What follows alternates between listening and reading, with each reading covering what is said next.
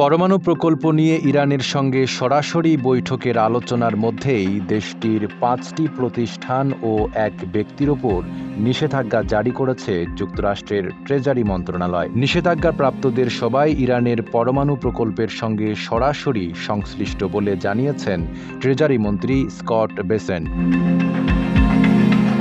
বিবৃতিতে মন্ত্রী বলেন, পারমাণবিক অস্ত্রের জন্য ইরানের সরকারের বেপরোয়া প্রচেষ্টা শুধু যুক্তরাষ্ট্রেরই নয়, বরং আঞ্চলিক ও বৈশ্বিক নিরাপত্তার জন্য হুমকি। তাই ইরান যেন পরমাণু প্রকল্প অগ্রসর করার মাধ্যমে বৈশ্বিক স্থিতিশীলতায় বিঘ্ন সৃষ্টি করতে না পারে, সেজন্য সবসময় যুক্তরাষ্ট্র চেষ্টা করে যাবে। মাঠের অলরাউন্ডার আমি, আর ঘরের অলরাউন্ডার টাইলক্স। টাইলক্স টয়লেট ক্লিনার, ক্লিন মানেই টাইলক্স। কোন কোন কোম্পানি ও ব্যক্তির ওপর নিষেধাজ্ঞা জারি করা হয়েছে তা উল্লেখ করা হয়নি বিবৃতিতে। তবে ট্রেজারি মন্ত্রণালয়ের একটি সূত্র জানিয়েছে, নিষেধাজ্ঞা পাওয়া ৫টি প্রতিষ্ঠানের মধ্যে ২টি আগে থেকেই যুক্তরাষ্ট্রের কালো তালিকাভুক্ত।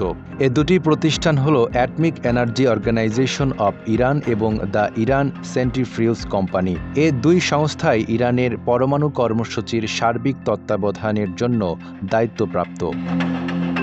নিষেধাজ্ঞা জারির পর প্রতিক্রিয়া জানতে ইরানের জাতিসংঘ মিশনের কর্মকর্তাদের সঙ্গে যোগাযোগ করে রয়টার্স, তবে কেউ মন্তব্য করতে রাজি হননি। গত সোমবার অনেকটা আকস্মিকভাবে ট্রাম্প ঘোষণা দেন যে ইরানের পরমাণু কর্মসূচি নিয়ে তেহরানের সঙ্গে সরাসরি আলোচনা শুরু হচ্ছে ওয়াশিংটনের। তবে ইরানের পররাষ্ট্রমন্ত্রী সৈয়দ আব্বাসি আরাকচি বলেছেন, আলোচনা হবে পরোক্ষভাবে এবং এতে মধ্যস্থতাকারী হিসেবে থাকবে ওমান। অন্যদিকে প্রেসিডেন্ট ট্রাম্প বলেছেন, যদি এই আলোচনা সফল না হয় সেক্ষেত্রে অদূর ভবিষ্যতে বড় মাত্রার বিপদে পড়বে ইরান।